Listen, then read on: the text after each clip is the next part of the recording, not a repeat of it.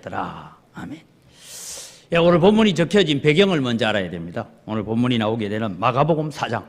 우리는 마가복음 4장 하니까 얼른 생각나는 것이 예수님이 이제 사역을 시작했구나 이렇게 생각하죠. 그렇지 않습니까? 우리는 마가복음 16장까지 있거든요. 마가복음 4장 하면 예수님 사역 시작한 지 얼마 안 됐구나 하는데, 사실은 오늘 이 본문이 적혀지는 시기에 앞장에 보면 무슨 얘기가 나오면 씨 뿌리는 비유, 우리가 마태복음 13장에 있는 씨 뿌리는 비유에 대한 이야기들이 앞에 나오고 있습니다. 그런 일들을 봤을 때 지금 예수님께서 하고 있는 이 사역의 시기는 언제쯤이냐? 예수님의 공사역을 시작하고 2년쯤 됐습니다. 그렇게 세월이 금방 갔습니다. 그걸 여러분 우리가 염두에 두고 접근을 해 가야 된다 하는 것입니다. 그래서 대체로 예수님의 사역을 절반으로 나눈다면 앞 사역은 뭐냐 하면 마태복음 13장에 비유로 말씀하셨다. 그런데 왜 비유로 말씀하신다면 아무리 초자연적인 기적을 베풀고 능력을 베풀고 표적을 베풀어도 이제 안 믿으니까, 유대인이 안 믿으니까 이제는 모든 것을 감추기 위해서 비유로 말씀하기 시작했다. 그래서 예수님의 후반기 사역, 그래서 마태복음 13장 오늘 본문에도 4장 앞부분에 나오는 비유의 얘기를 들어보면 예수님의 사역이 이제 반환점을 돌아섰다. 그 상황 속에서 지금 있는 일이다라는 사실을 여러분 우리가 먼저 염두에 두고 오늘 본문을 우리가 이해해 갔으면 좋겠다 생각이 듭니다. 자, 여러분 대체로 베세다를 조금 위쪽에 그려놨는데 실제로 베세다는 밑으로 좀 더 내려와야 됩니다. 저 그리려면 여러분 가버나움 가려면 어떻게 가면 되겠어요? 또랑 건너가면 되죠. 근데 사실 배 타고 가거든요. 그래서 베세다는 조금 더 아래쪽으로 그림이 내려와야 되는데 대체로 이제 가보면 베세다는 좀 아래쪽에 있습니다. 그래서 여러분 이제 예수님의 주 사역은 가버나움입니다. 그 다음에 나사렛은 예수님이 이제 자라시고, 그래서 예수님의 주 사역은 가버나움 회당에서 주로 모든 일들이 이루어지고 있다. 그러면서 예수님은 베세다로 좀 가셨다가 또 저 위쪽으로 가셨다가 그렇게 사역을 하고 있는 때입니다.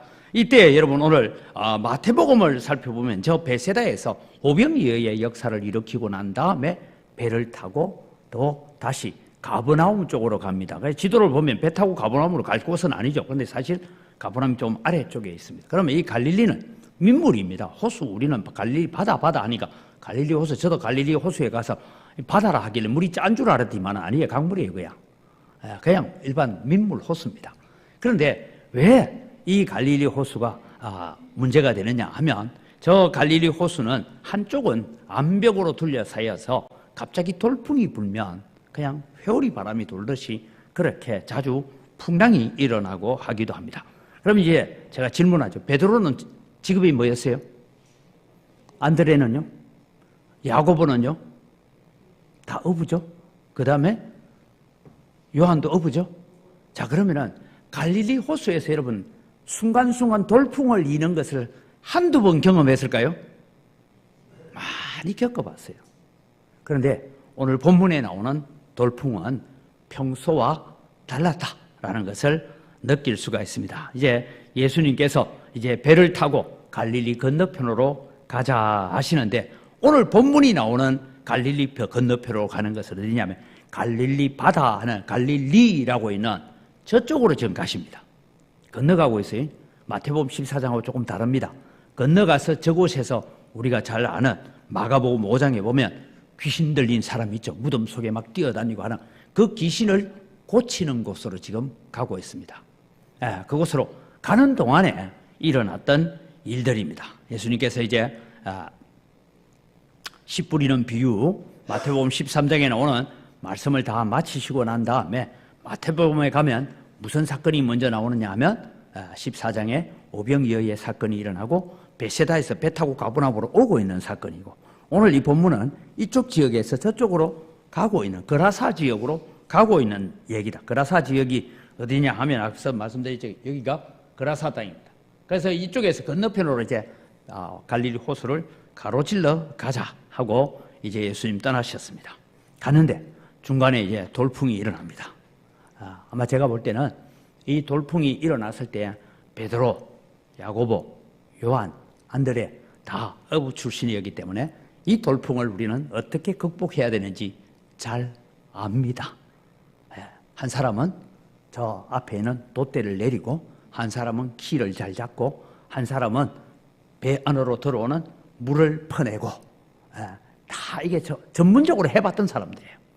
그런데 여러분 이것이 예사롭지 않다는 것은 도무지 자기들의 힘으로 견딜 수가 없는 풍랑이 일어났죠. 그래서 이제 처음 풍랑이 일어나니까 다들 조심해라. 배 안으로 물이 들어오고 있으니까 야 안드레 너는 물 퍼고 너는 그러니까 베드로가 아마 평소에 하던 대로 지시를 하고 그 다음에 어부 출신 아닌 마태라든지 세리 출신 이런 사람이 이제 야 너는 구석에서 빨리 이거 물이나 퍼내 뭐 이러면서 이제 그 다음에 어부 출신들은 배의 키를 어떻게 잡아야 되는지 이런 얘기를 하면서 지금 가고 있습니다. 그런데 여러분 지금 우리가 이제 오늘 제목은 예수님을 신뢰하는 것이 뭐냐, 믿음이란 도대체 뭐냐 이 얘기를 지금 하고 있거든요. 그래서 믿음이란 것은 예수님이 문제를 해결해 주실 수 있는 분임을 믿고 두려워하지 않는 것이 믿음이다라는 거죠. 자, 마태복음 14장에 가면 똑같은 풍랑이 일어나는데 그때는 반대쪽에서 베세다 쪽에서 가버나움으로 오면서 풍랑을 만나는데 그때는 14장의 사건은 예수님이 거기에 없었어요. 마가복음 사건은 조금 다른 사건입니다. 뭐냐면 예수님은 뭐하고 있어요? 주무시고 있어요. 일부러 잔 건 아닌 것 같습니다. 예수님도 우리가 똑같은 인성을 가지고 있고 육체를 가지고 오셨기 때문에 오늘 강론을 하고 말씀을 전하고 하는 데 있어서 피곤하셔서 이제 주무시고 계십니다. 1차적으로 제가 다시 말씀드리지만 배가 흔들리고 배 안에 물이 들어오고 했을 경우에 베드로는 예수님 깨우지 마라. 예수님 지금 너무 피곤하셔서 주무시고 있으니까 우리 힘으로 할 수 있다라고 배를 살리기 위해서 발버둥 쳤던 것 같습니다. 그런데 도무지 불가능합니다. 그런데 예수님 보니까 너무나 태연하게 그 풍랑 속에서 혹시 여러분 바이킹 타보셨습니까? 놀이동산에 가가지고 바이킹 이거 한 번씩 타보셨어요? 그거 타면 잠이 와요 안 와요? 그 잠 오는 사람 정상 아닙니다. 그죠? 잠 오는 사람은 기절한 사람이에요. 이 바이킹과 같이 그렇게 배가 지금 움직이고 있는데 예수님이 그냥 주무시고 계시는 거예요. 그래서 제자들이 이제 자기들의 힘으로 불가능하니까 예수님을 깨우기 시작합니다. 선생님, 지금 우리가 다 죽게 됐는데 주무시고 계십니까? 여러분, 이 말이 가지고 있는 어투는 굉장히 불평적이고 굉장히 불만이 가득한 어투로 지금 예수님을 깨우고 있습니다. 이게 이제 우리가 헬라어 원문을 좀 보면 그런 것을 읽을 수 있는데, 아니 지금 우리가 이렇게 죽어라 살아 발버둥 치고 있는데 예수님 잠이 옵니까? 잠이 옵니까? 이렇게 지금 예수님을 깨우고 있는 사건입니다. 그래서 이제 예수님께서 일어나셔서 뭐라고 하시죠? 이 말씀을 하셨어요. 잠잠하라, 고요해라. 그러니까 갑자기 풍랑이 쫙 그치고 파도가 잔잔해진 호수가 갑자기 된 겁니다. 여기서 사건이 끝나지 않습니다. 예수님께서 제자들에게 말하죠. 너희 믿음이 어디 있느냐 이 말씀. 자, 이제 오늘 이 사건이 대충 예수님의 공사역을 시작하고 몇 년쯤 됐다고요? 최소한 1년 반, 2년이 되어가는 이 시점입니다. 그럼 여러분 생각해 보세요. 2년 동안, 아니 1년 반이라 치십시오. 1년 반을 예수님 따라다녔으면 믿음이 생길 법 합니까? 안 합니까? 그래서 여러분 10년을 예수 믿고 믿음 생겼어요? 네? 20년을 예수 믿어서 여러분은 정말 환난과 어려움 앞에 믿음이 생겼어요? 우리 자신을 한번 돌아봅시다. 1년 반이 중요한 게 아니고 30년이 중요한 게 아닙니다.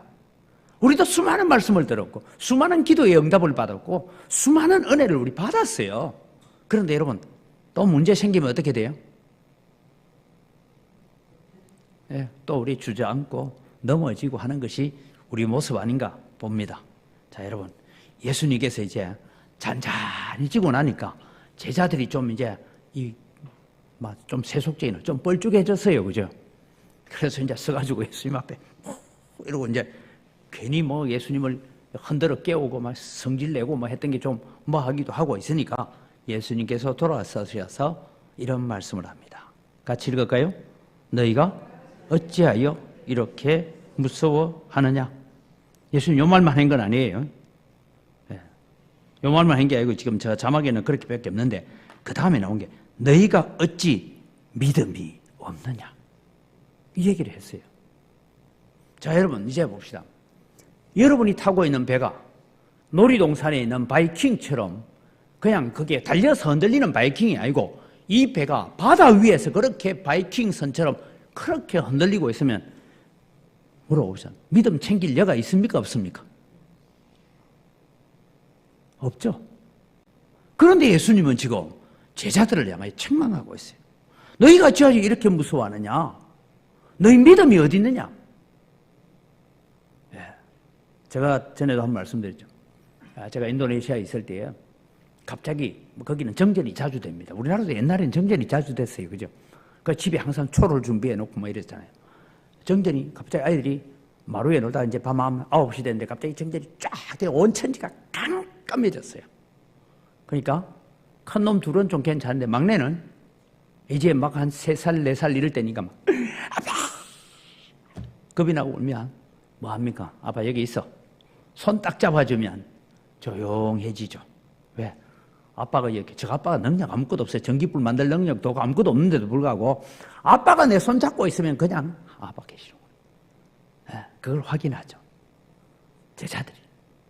오늘 예수님께서 책망하고 계시는 이유, 너희 믿음이 어디 있느냐? 이 말은 내가 지금 이 배에 같이 타고 있는데 이 말씀이에요.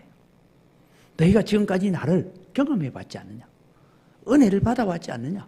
내가 그렇게 많은 이적과 기적을 표시하면서 내가 하나님의 아들이심을 보여왔지 않느냐? 그런데 너희 믿음이 어디 있느냐? 이 얘기를 하고. 자, 여러분 마태복음 14장으로 다시 우리가 공부를 해보면 마태복음 14장에는 분명히 예수님이 배에 없었어요. 그죠? 예수님이 저 건너편에서 물 위로 걸어오세요. 그러니까 막 귀신 나타났다라고 막 난리를 지기고 있으니까 예수님께서 안심하라 내니 두려워하지 말라. 그래서 베드로가 물 위로 걸어가 보다가 뭐 이런 사건이 있잖아요. 근데 지금 이 사건은 달라요. 예수님이 그 배에 타고 있어요. 자, 여러분. 좀 죄송합니다만 저는 우리 이제 총회나 뭐 아니면 이제 목사들 모임에 이런 데 가면 우리 교회는 제가 가면 제일 먼저 받는 질문이 뭐예요? 재개발 다 돼갑니까? 이 질문이 제일 먼저 받는 질문이에요. 이거 뭐 우리가 뭐 전국적으로 유명한 거예요. 그래서 이제 아니 아직도 뭐 되는 거 없어. 여러분 이제 그럼 어쩝니까? 그럼 저는 늘 대답을 그렇게 아주 편하게 대답. 아니 원광교회가 하나님 자기 건데 내 것도 아니고 하나님 알아서 하시겠지. 그런다고 우리가 지난 신년 마지막 초하루 신년 새벽기도 때 제가 뭐래요? 그래도 뭐 하라고요? 구하여야 할지니라. 내가 비록 이건 내 집이고 내가 지켜주겠고 내가 보장한다 할지라도 너는 내게 구하여야 할지니라 하는 것처럼 우리는 기도하고 있는 것입니다. 그런데 중요한 것은 뭔가 하면 하나님께서 붙들어 주셔야 된다. 하나님께서 야 촛대 옮기자 하면 끝나는 거예요. 우리가 에베소 교회를 통해서 배운 것처럼. 그런데 중요한 것은 뭐냐면 예수님이 그 배에 지금 타고 계세요. 그럼 한 가지 하나 분명하세요. 이 배가 침몰하면 예수님도 죽겠지 뭐. 예수님 죽습니까? 안 죽는다는 거 알잖아요.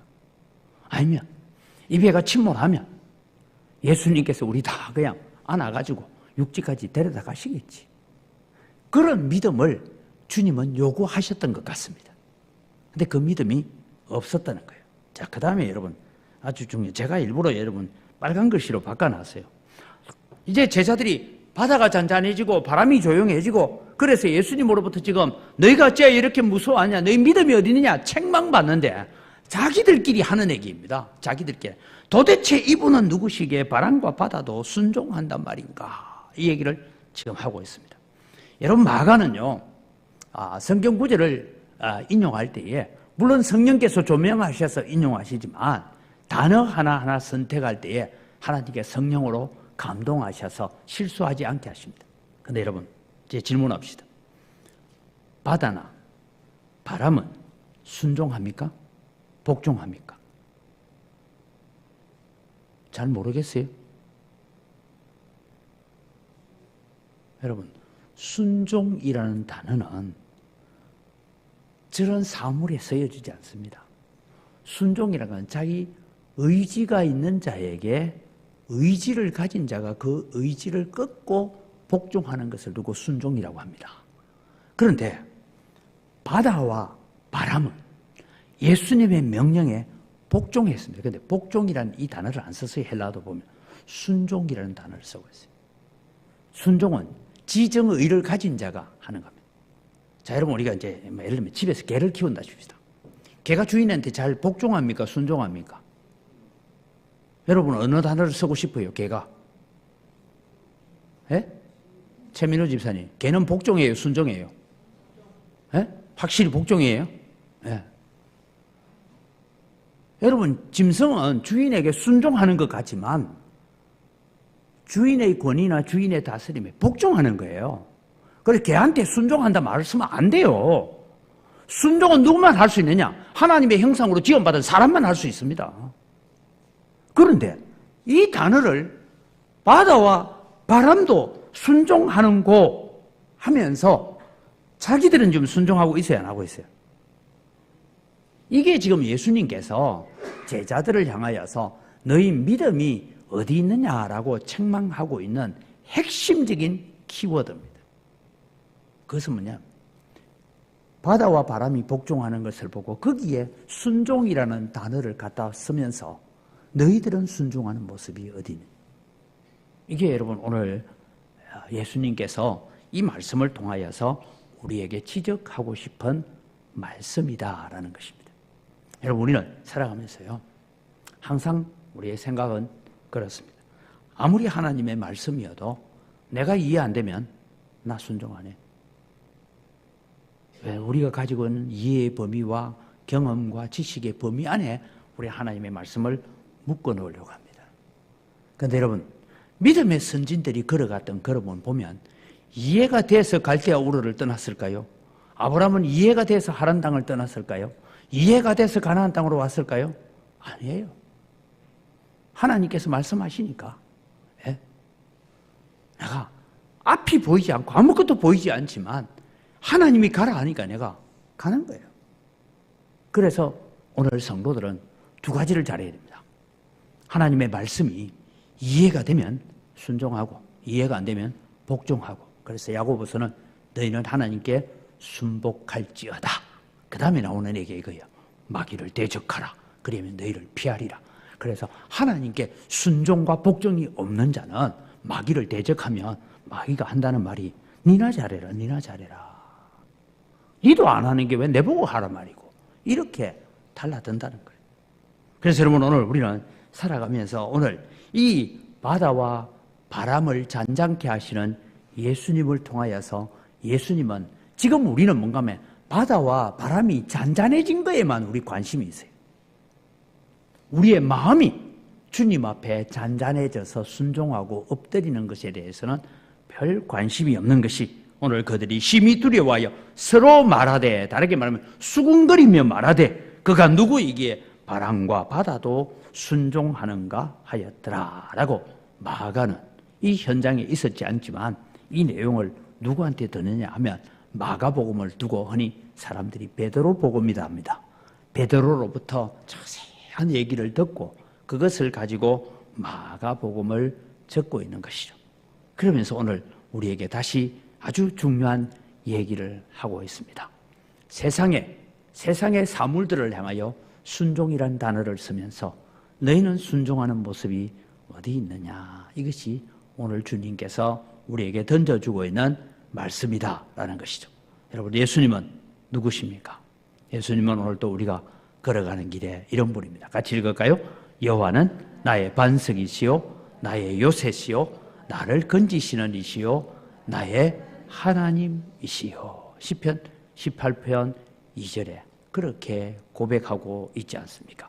그래서 오늘 우리는 주님을 따라갈 때 주님은 나의 반석이시다, 나의 요새시다, 나를 풍랑에서 건지시는 분이다, 나의 하나님이시다. 이 고백을 우리가 가지고 살아갈 때에 다시 말씀드리지만 우리가 탄 배가 망망대해에서 때로는 우리 그 배가 바이킹 흔들리듯이 그렇게 흔들린다 할지라도 거기에 예수님 계시기 때문에, 거기에 예수님이 나와 함께 하신다면 나는 이 길을 고난이지만 어려움이지만 편안하게 갈 수 있습니다. 이 고백을 가지고 살아가는 자가 되어야 된다. 이것이 오늘 주제입니다. 그래서 여러분, 오늘 우리를 지키고 돌보시는 예수님을 신뢰하며 삽시다. 그래서 시편 23편은 우리가 즐겨 암송하지만 24편 4절은 좀 없었으면 좋잖아요. 내가 사망의 음침한 골짜기로 다닐지라도. 그것만 없으면 시편 23편 얼마나 좋은 구절인지 모르겠는데 거기에 여러분 우리는 가끔씩 사망의 음침한 골짜기를 다닐 때도 있다. 그것을 말씀합니다. 그럼에도 불구하고 주님은 오늘 우리를 그 목적지를 사망의 음침한 골짜기를 지나서 여름을 지내기 위해서 산꼭대기에서 시원한 불밭과 시원한 물가로 인도하시고 겨울을 보내기 위해서 다시 들판으로 내려오는 이 골짜기를 지날 때마다 주의 지팡이와 막대기가 나를 안위하시나이다. 이 고백을 오늘도 가지고 걸어갈 수 있는 우리의 믿음, 우리의 신앙이 되기를 주님의 이름으로 축복합니다. 이 시간 우리 함께 주신 말씀을 기억하면서 우리의